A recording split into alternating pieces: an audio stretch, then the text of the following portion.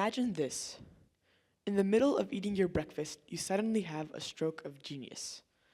You finish up because there's no reason to put good food to waste, and then you head upstairs to your laptop and start typing. In 30 minutes flat, you have just created the greatest business model conceived to man. But then, your negative thoughts start to kick in. This will never work. Why would you even try? What if you fail? And then the worst ones of all. Isn't this already a thing? This isn't original. People have heard of this before. Those are the exact parasite-like thoughts I was having on the 2nd of April 2024, when I had received the opportunity to give this very TED talk. I would get to go on an incredible journey that changes the way I see public speaking. There was only one problem. I didn't have a topic. Everything I thought of, it felt boring, old, or unoriginal. Or it just felt like it wouldn't make a good speech. And so, like anyone would do, I searched. I asked friends, family, teachers, other students, anyone I could think of at all. But nothing. So I sat down and I asked myself, what is the problem, the issue, the falter in today's society that is preventing the innovation shaping our tomorrow? And then it clicked.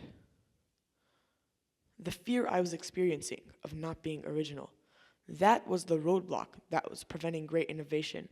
That is the problem that we are facing that is making people only stay quiet and listen, but never chime in with their own thoughts. I guarantee you, though maybe not to this extent, you have also had an idea for an invention, a game, a series, book, anything at all, but didn't put it out there because you were afraid that it was boring or unoriginal. A great example of an invention that was neglected at first, but later turned out to be great, would be any modern technology that we have ever. But I'll start with something specific. Let's talk about the umbrella. Jonas Hanway was the first person to use the umbrella on British streets. He physically had trash thrown at him because of this. He had obtained the umbrella from Jean Marius in France, where he had purchased it from him.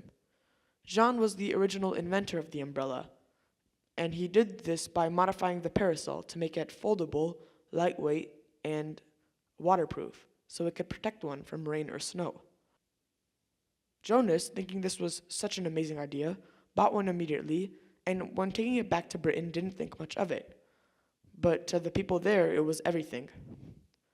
By 1852, the umbrella was modernized by Samuel Fox, and thankfully by that time, people didn't think it was something worth arguing about anymore.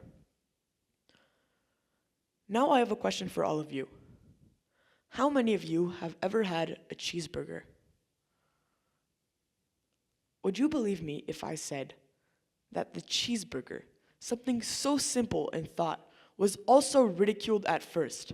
I just don't understand why we like arguing so much, guys. Lionel Sternberger, who by some miracle has burger in his name, is credited for the creation of the cheeseburger.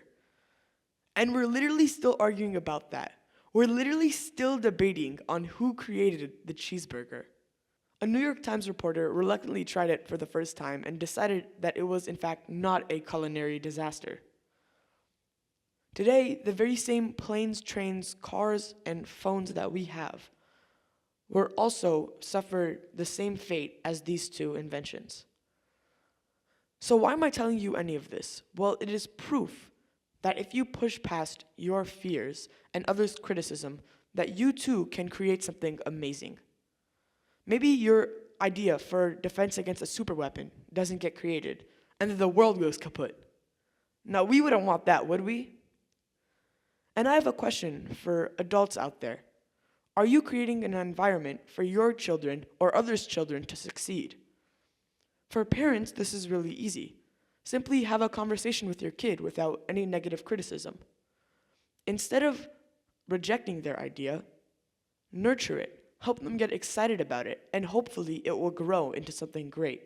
For educators, we can achieve an even better thinking environment. Simply create groups from 4 to 6 people of people who all think differently. Maybe one's calculation-based, one thinks more about design, and one's thinking about the here and now. Congratulations, you have just created the perfect small business team. I hope that the talks that you hear today inspire you to create something great for the world. Here's to hoping that what you make is greater than what other people thought of at first. And hopefully, maybe one day, you too will create something that is more important than the cheeseburger. Thank you.